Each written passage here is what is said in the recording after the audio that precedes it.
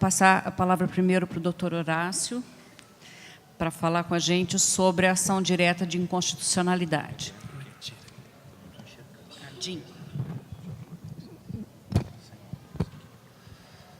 Bem, já boa tarde, né? Eu queria saudar a todos e todas presentes aqui do setor do nível superior e dizer que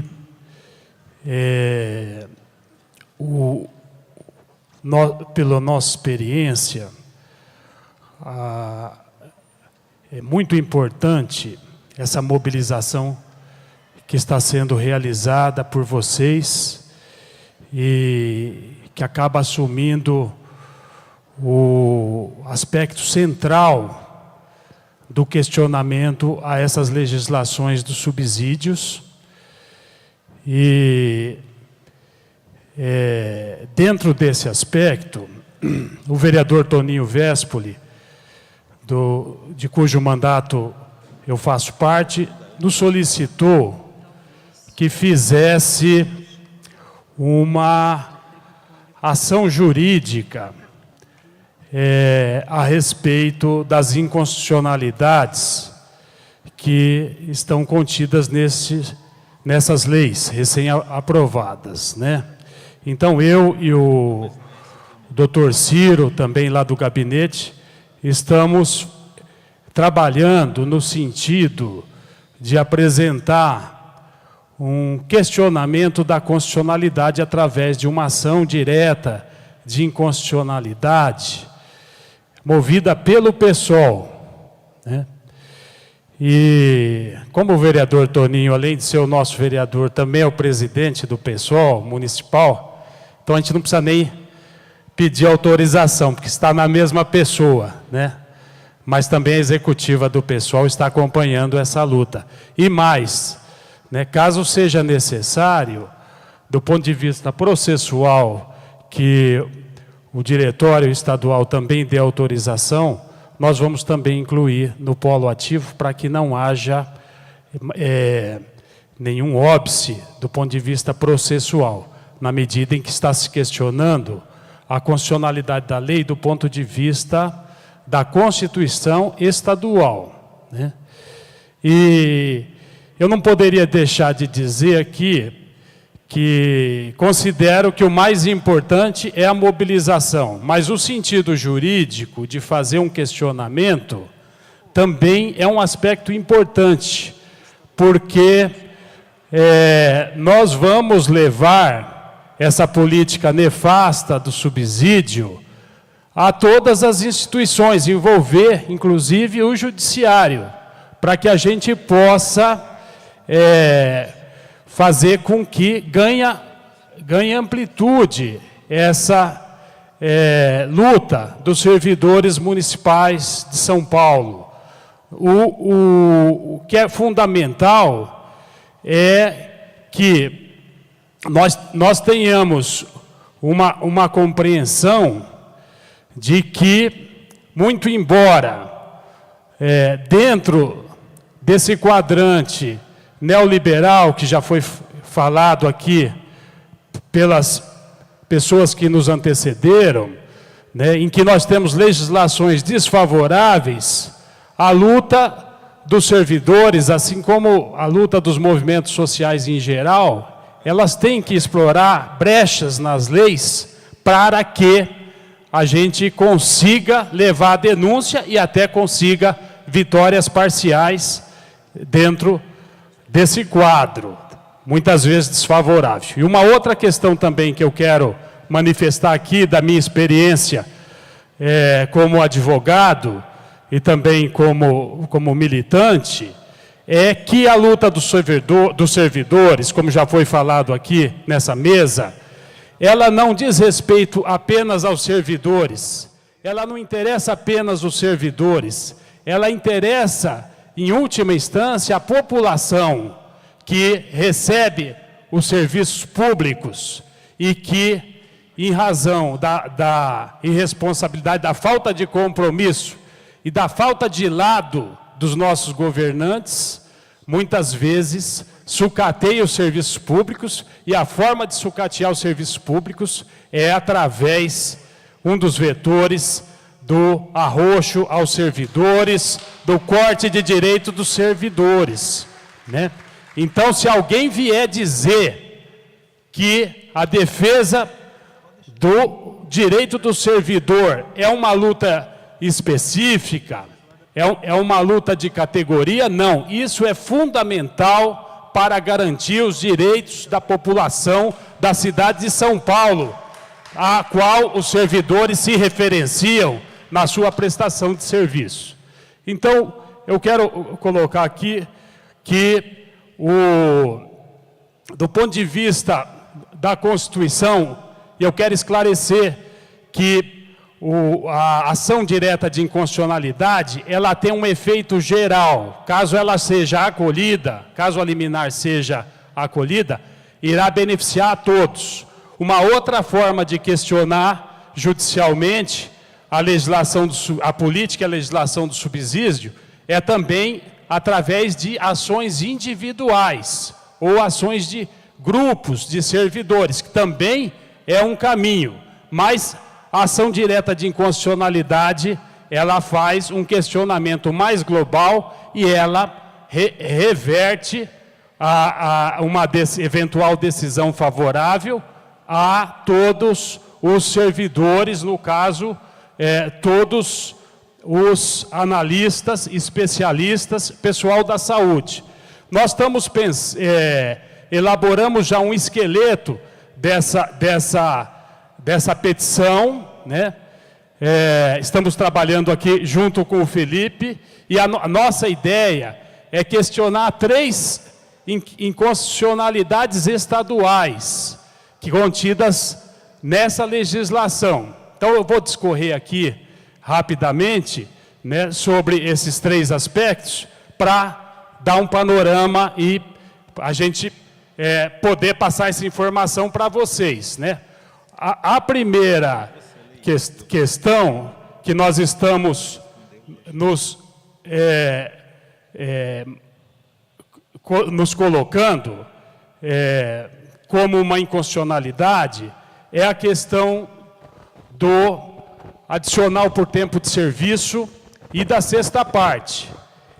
Essa questão, ela é colocada na lei como uma incompatibilidade. A lei veda que o servidor que fizer a opção pela remuneração por subsídio, que ele mantenha essas vantagens de natureza pessoal e que são vantagens que foram adquiridas em relação ao decurso do tempo do exercício funcional.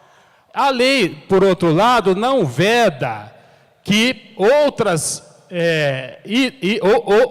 itens que fazem parte do pagamento dos servidores, como as verbas de natureza indenizatória, deixem de ser percebidas. A lei abre possibilidade para que isso ocorra. Então,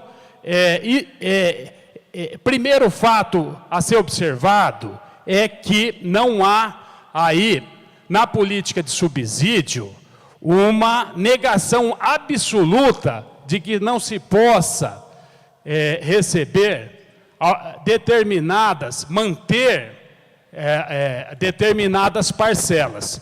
No caso do adicional por tempo de serviço e da sexta parte, foi muito bem lembrado pelo Felipe, quando nós fizemos a primeira reunião, que essas são verbas que estão contidas na Lei Orgânica de São Paulo, que é uma lei que está acima da lei que instituiu os subsídios, que é uma lei ordinária. Então, face ao princípio da hierarquia das leis, há uma dificuldade de sustentar juridicamente que deva valer que o subsídio não possa conter especificamente, não as diversas leis, as diversas vantagens pessoais, mas particularmente o adicional e a sexta parte.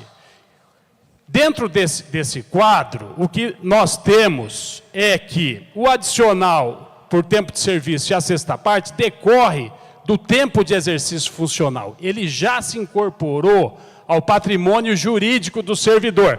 Isso, do ponto de vista constitucional, está na Constituição Estadual de São Paulo, né, salvo engano, no seu artigo 115, eu não trouxe as anotações aqui para fazer a exposição, mas está ali que o direito adquirido das questões que já foram incorporadas ao patrimônio jurídico do servidor. Está citado em dois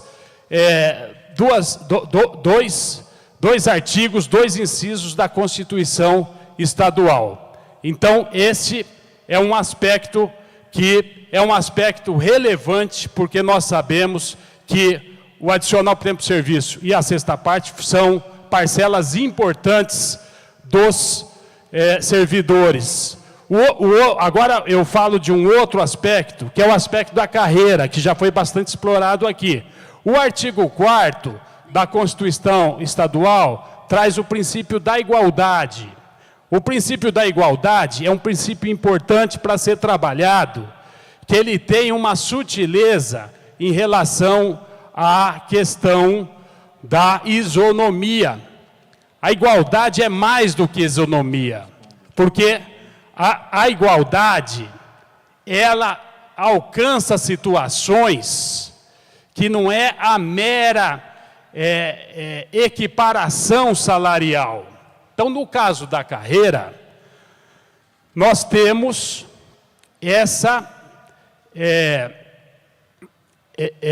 esse enquadramento linear, né? E a lei antiga previa 13 referências, e a lei nova prevê 17 referências. Ora, não pode fazer um enquadramento linear, tem que ser feito um enquadramento proporcional. Por quê? O que nós temos é que o artigo 4º da Constituição Estadual fala que nos atos administrativos tem que ser tratado com igualdade os administrados. Então, a situação que esse enquadramento linear provoca é a que já foi aqui referida, que as pessoas que estão do meio da carreira para frente e os aposentados, eles vão ser tratados de maneira desigual, eles são discriminados por esse enquadramento linear, né? O aposentado, por exemplo, já fez os 13 níveis, os 13 andares, já chegou ao topo da carreira, pois agora, nesse enquadramento, ele será prejudicado. Então, nós estamos dentro da Constituição Estadual, né, nós estamos arguindo essa inconstitucionalidade. E para ir finalizando, eu quero passar a vocês o terceiro ponto, que é o ponto do subsídio complementar. O subsídio complementar, ele fica congelado pela lei da remuneração por subsídio. E nós temos na Constituição Estadual o princípio da remuneração geral anual. Esse princípio é para os servidores públicos estaduais, porque a Constituição Estadual trata dos servidores públicos estaduais, mas a própria Constituição, ela diz que os municípios, eles têm que reconhecer a similaridade, ou nome que o valha, entre o que está na Constituição Estadual e as leis orgânicas. Quando a Constituição Estadual estabelece o direito do município ter a sua lei orgânica, ele diz que os princípios dessa Constituição têm que ser respeitados pela lei orgânica. Não é necessário, é importante acrescentar também que a lei orgânica também traz o princípio da revisão geral anual. A revisão geral anual não tem sido cumprido, como já foi aqui denunciado. Mas, nesse caso, a situação, inclusive, é mais absurda, mais evidente, porque é o seguinte, o projeto do prefeito de São Paulo, ele consegue estabelecer uma evolução entre 2014, 2015, 2016, que não vale para o geral da remuneração, vale só para a parte que eles chamam de subsídio. Então, eles estão aplicando uma espécie de revisão geral anual, né, para uma parte do subsídio. Acima daquele subsídio, eles congelaram. Então, fica evidente que não há o respeito à revisão geral na remuneração, porque a revisão geral, a própria terminologia, ela é geral, ela é uma garantia plena, né? Se ele não tivesse dado nada, talvez a gente tivesse numa dificuldade, mas como ele deu para o subsídio, ele tem que dar também para o chamado subsídio complementar. Então, nós, para finalizar, nós queremos manifestar que a questão dos servidores, dentro desse quadro de dificuldades políticas que está passando o país, que está passando a nossas administrações, isso aí também é um quadro que se estabelece também no Poder Judiciário. Nós sabemos, né, que há uma política, uma falácia contra servidor público, né, e que isso contamina também o judiciário, dado também o seu caráter conservador. Mas nós achamos que existem argumentos jurídicos para fazer esse questionamento. E a ação que nós empreendemos na Justiça, ela visa expor as contradições dessa política, que é uma política que não atende aos interesses da administração, né? Denunciar essa política e entendemos que caso nós tenhamos um deferimento de uma liminar, ou total ou parcial, isso pode contribuir para estimular essa luta de vocês, estimular essa mobilização e buscar derrotar essa política, né? E entendemos que só pode ser trilhado esse caminho de uma forma coletiva. Quanto mais coletiva, melhor. Quanto mais união, melhor. E estamos aqui, então, fazendo esse trabalho e vamos continuar acompanhando aí a mobilização de vocês. Depois, se tiver mais alguma pergunta, a gente pode esclarecer. Só uma questão para finalizar, o seguinte: nós ainda vamos adendar eventuais questões que sejam levantadas, que não estejam, né, nesse primeiro rascunho da nossa impetração, né, para poder fazer. Não vai dar para abranger tudo, porque situações muito particulares, infelizmente, não dá para colocar na peça, mas colocar as questões mais evidentes. E há espaço para adendar novas questões aí nesse questionamento ao Tribunal de Justiça de São Paulo. Obrigado.